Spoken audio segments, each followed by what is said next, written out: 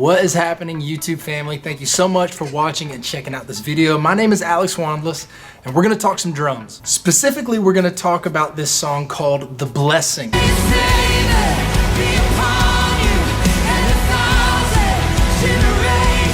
This song is going crazy right now, and it's only been out a few weeks. It's got well over millions of views on YouTube. And so I'm sure you and your church are gonna be playing this song very soon if you're not already. So I wanted to help you in learning this song to maybe pick apart some of the really key drum beats in this song so that you can play them exactly how they were played on the original track. But before we get started, if you would like this video and subscribe to the channel if you haven't yet, my goal is to start making more lesson videos just like this, and I would love for you to come along with me for the journey. And definitely, if at any point in this video this is helpful for you, please comment in the comment section to let me know.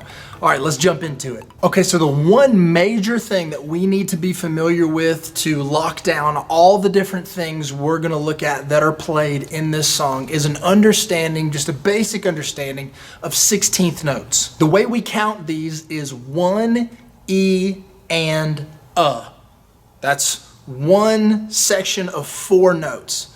And then you can just keep going down the measure, 2, E, and so on. Now the drum parts are fairly straightforward and simple up until the chorus after the first bridge. That's when the drums and the song in general start to really pick up, and the drummer starts to introduce a few different beats starting in that chorus after the bridge, and then as they work their way back into the bridge. So starting with that big chorus, we're gonna look at 5 different beats that the drummer plays as they build up towards the end of the song. So this chorus section, the drummer comes in and they're hitting these big shots that are just accented on the quarter notes. We're gonna crash big on the 1, the 2, and the 3, but then once we get to beat 3, we're gonna run down the toms on the E, the and the Then we're gonna crash with the snare and a crash dead on the backbeat of 4.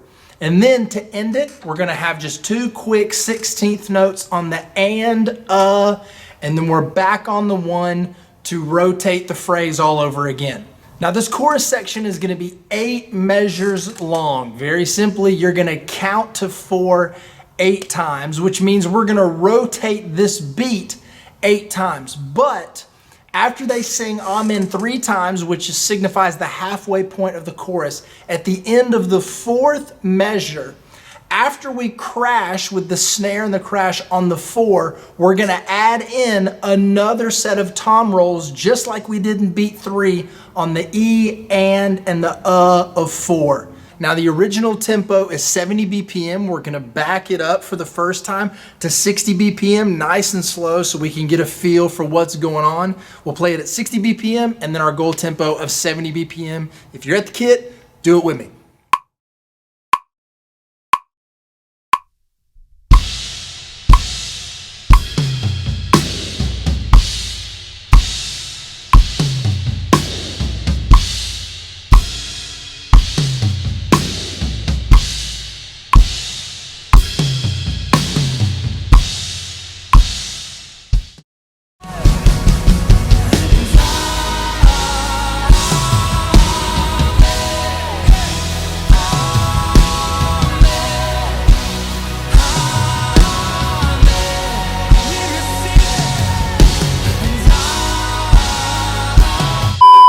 Excuse the fact that I have a totally different outfit for some of these clips than others. I recorded some of these parts on one day and then didn't have enough time to finish it, so here we are. All right, so once we got that nailed down, coming out of this big chorus section, they build back in to the bridge, and this is where things are gonna start to pick up, especially the complexity of what the drums are doing. Now, there are 4 types of beats that develop over this bridge section. So what we're gonna call part 1 is this beat. The kick is gonna start, we're gonna move just from having it on the quarter notes to moving it to the 8th note. So 1 and 2 and so on. Now the best that I can tell to push the beat along, the drummer is also kind of staying on the ride with the right hand, or for you lefties, respect, the left. So we just have a kick and a ride or crash together on 1 and. But then when we get to beat 2 and beat 3, we see this one idea repeated over those 2 beats. So what he's going to do is actually run down the toms on 2 E and then again on 3 E and. And then once we get to the 4, there's going to be a big backbeat snare dead on the 4. So this is going to be played and repeated over the length of 8 measures. Now, as I told you, these beats are just going to develop layers on top of layers as we move through the bridge. So once we get to the 8th measure, what has normally been just a snare on the backbeat and downbeat of 4 is now on that last measure, on the last 4 before we move into part 2. The snare is actually going to be on the 4 E and So we're going to fill up the 16th note grid on the last beat of 4 on the last measure of part 1. Okay, so let's take the entire beat, the entire section, and yet again, we're gonna back it down to 60, play it nice and slow so we can really nail it down and hear what's going on, and then we'll play it at our original tempo at 70 BPM.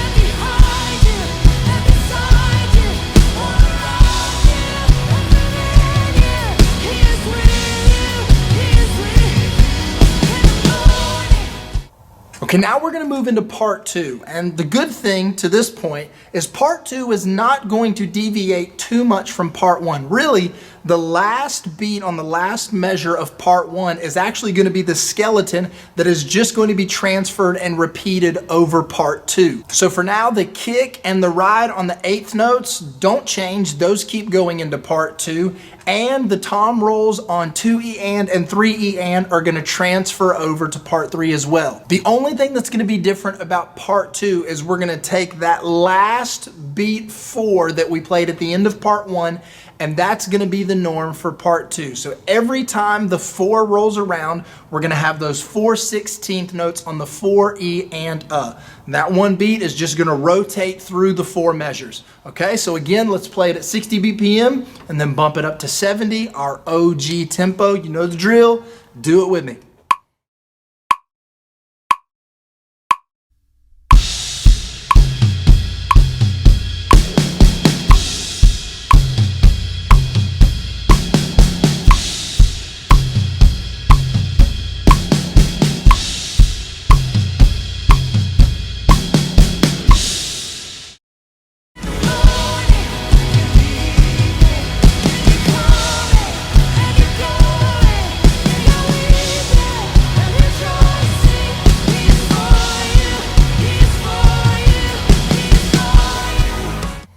Okay, so hopefully you've got that nailed down and you're feeling pretty good, but take a breath, stretch it out, get a little loosey-goosey, because the beat is about to definitely take a step up in its evolution. So once part 3 begins, still the kick and the right hand on the ride do not change. We're keeping those on the 8th notes.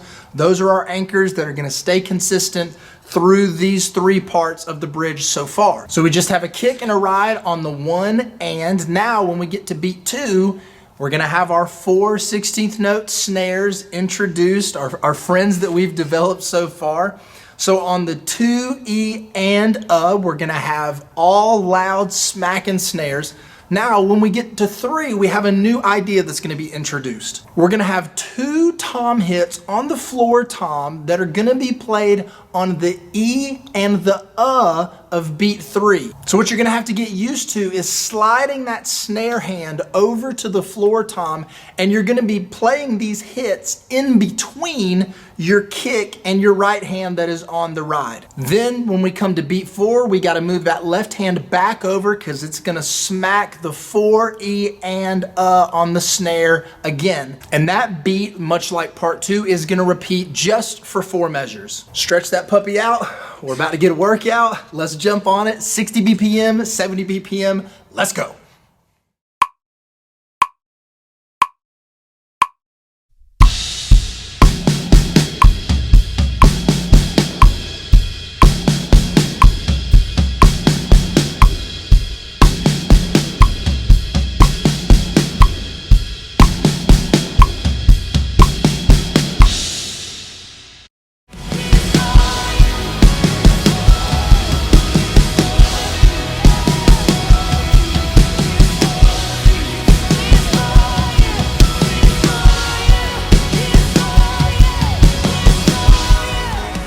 Well, we finally arrived at part 4, the last major section of our bridge, and this is going to be somewhat of a doozy. We're gonna take the skeleton beat we just learned of part 3, and we're gonna insert it into part 4 and juice it up a bit. Now our kick, what we've been playing as quarter notes in the chorus and 1/8 notes through these 3 parts of the bridge so far, the kick is now going to double up and be played on all of the 16th notes through part 4 for 4 measures. Now this is where we separate the right hand from the right foot, because we're not gonna match our right hand with the kick pattern. We're gonna keep that right hand going on 1/8 notes throughout. Now we still have our 4/16 notes on the snare on beats 2 and beats 4. And when beat 3 arrives for the first measure of part 4, yet again we're gonna play the floor tom beats on the E and the of beat 3. From there, when the next measure rolls around, we are now going to be playing that floor tom beat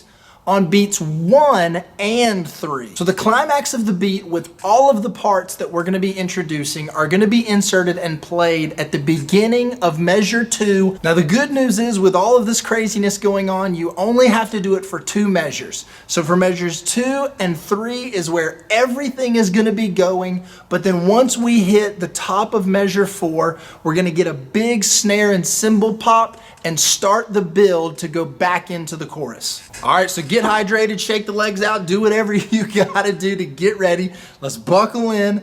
Part 4, here we go, we're almost done. We're starting at 60 BPM, and we're gonna jump up and play the juice at the OG tempo of 70 BPM. Come on, we can do this. Play it with me.